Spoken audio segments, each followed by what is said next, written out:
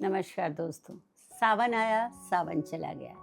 सावन क्या क्या लाया, सावन क्या क्या ले गया। हम हमेशा देखते हैं सावन हमेशा हमें कुछ देने ही आता है। हरियाली, खुशहाली, त्योहार, बहनों बेटियों का घर आना और व्रत, उपवास, संयम सिखाता। पर इस बार जब सावन आया तो क्या क्या ले गया, तो क्या कह रही ज़िंदगी में। मैं अब जाते हुए सावन को मैंने विदा किया और इस बात का हिसाब लगाया कि सावन क्या क्या ले गया। प्रकृति ने कहीं अपना संयम खोया, कहीं अंधाधुंध बारिश हुई, कहीं एक बूंद भी पानी नहीं गिरा। बाढ़, सूखा, चक्रवात, भूकंप, भूस्खलन बार बार हुआ और हमने प्रकृति को कोसा कि देखो प्रकृति ने हमारे साथ क्या खेल खेला। हमने पर्यावरण को कितना बिगाड़ा ये किसी ने नहीं सोचा। और इसी के कारण एक गांव हमारे सामने, आंखों के सामने बह गया। चलिए मान लेते हैं बादल फटा और गांव बह गया, लेकिन उस भूस्खलन में जो सैलाब आया, उसमें जो मलबा और जो सब चट्टानें टूट के गिरी, वो सब हमारा किया उधर आया था। बादल फटना, हर तरह की बीमारियां बढ़ी। इस सावन में हमने खुद से ऐसे कर्म किए कि हमारा नुकसान हुआ। हम इसे प्राकृतिक आपदा कहकर नहीं टाल सकते। पहलगाम की सुंदर घाटियां रक्त रंजित हुई। ऑपरेशन सिंदूर 2 देशों की लड़ाई का गवाह बना। केदारनाथ के पास हेलीकॉप्टर गिरने से 6-7 लोगों की मृत्यु हुई। और उत्तरकाशी के धराली में आपको पता ही है, बादल फटा और जाने कितने हजारों लोगों की मौत हुई। याद है आपको 2013 में जब केदारनाथ में ऐसी आपदा हुई थी तो कितने लोग मारे गए थे। उसके बाद भी हमने सबक नहीं लिया और उसके बाद हम पेड़ काटते रहे, होटल बनाते रहे और इंतज़ार करते रहे कई हादसों का। इस साल होने वाले कई हादसे जो हैं, प्रयागराज में सड़कें, घर, मंदिर सब डूब गए।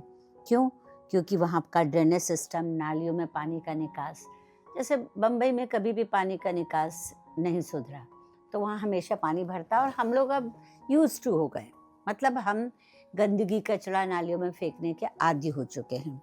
यूपी में अयोध्या, बलिया जैसी जगहों में पानी घुस गया। इस बार राजस्थान में बारिश की बजाय बोतलों से पानी डाल डाल के पौधों को जगाने की प्रक्रिया जारी रही, क्योंकि वहाँ बिल्कुल भी पानी नहीं था। कहीं इतना पानी गिरा कि पूरी फसल तबाह हो गई। किसान दुखी हैं।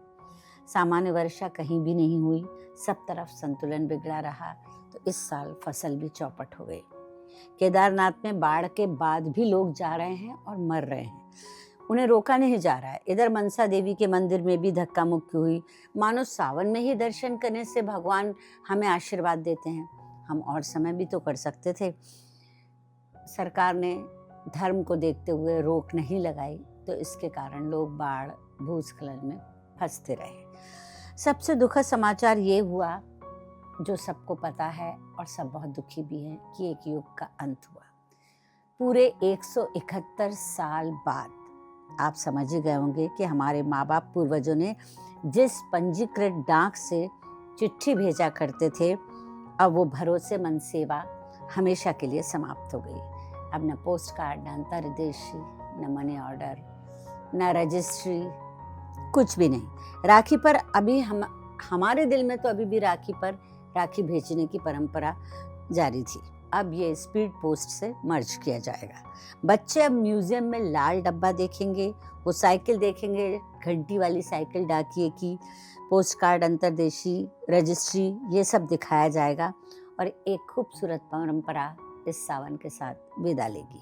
मुझे अफसोस है भाई, हमने तो हमारे ज़माने में आशिकों को अपने दोस्तों के घर पर उनके पतों से चिट्ठी मंगाते देखा है। अब कहाँ ये सब ज़माना रहा, ईमेल का ज़माना है भाई अब तो। लेकिन फिर भी हमें याद आएगी चिट्ठी, और डाकिया का आना भी बंद हो जाएगा। तो खत, चिट्ठी, पत्र, कागज़ के दिल पर लिखकर भेजे जाने वाले संदेश के भिन्न भिन्न नाम। दिल पर हाथ रखकर कहिए कि पोस्टमैन की साइकिल की घंटी, लेटर बॉक्स को खोलने की उत्सुकता, लिफाफे को सीने से लगाकर सोचना कि क्या लिखा होगा इस खत में। ईमेल ने सब गड़बड़ कर दिया।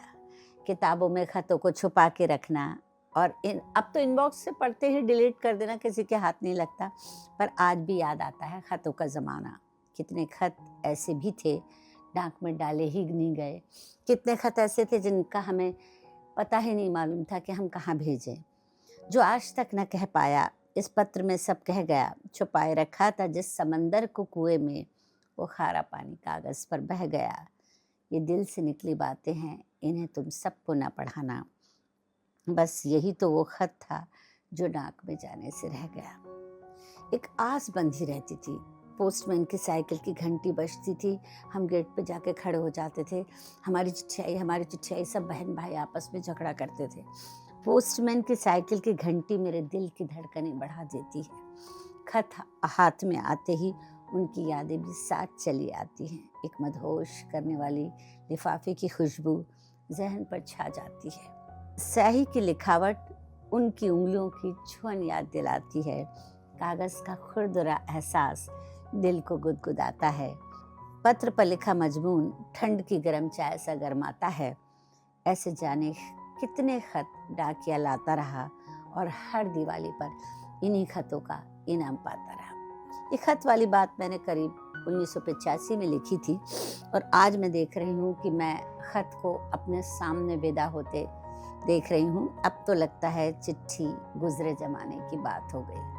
अब तो लगता है चिट्ठी गुजरे ज़माने की बात हो गई और डाकिये के इंतज़ार की सुनहरी घड़ियाँ समय की भट्टी में खाक हो गई। पर जाने क्यों अब भी डाकिये के आने के वक्त पर दिल मचलता है। घंटी की आवाज़ से बच्चों सा उछलता है, दौड़कर दरवाजे की तरफ फुदकता है। थपथपाते हुए उस नादान को वापस सुला देती हूँ और खुद को समझाते हुए कहती हूँ, दिल तो बच्चा है जी। चलिए खत लिखना बंद ना कीजिए, आप अपने दिल को समझाइए, अपनी डायरी को ही खतों का स्थान बना लीजिए और लिखते रहिए खत और पूछते रहिए और क्या कह रही है ज़िंदगी। अल्फाज की दुनिया के दोस्तों, मैं ममता तिवारी, एक कवि, लेखक, समाज सेवी, व्याख्याता, यूट्यूबर, इंस्टा पे 13-14 किताबों के साथ एक डायरी, 2 आलेखों का संग्रह लिए एक माँ, एक हमसफ़र, दोस्त, मददगार, बाहें फैलाकर अपनी दुनिया में आपका स्वागत करते रोज़ पूछती हूँ और क्या कह रही है ज़िंदगी।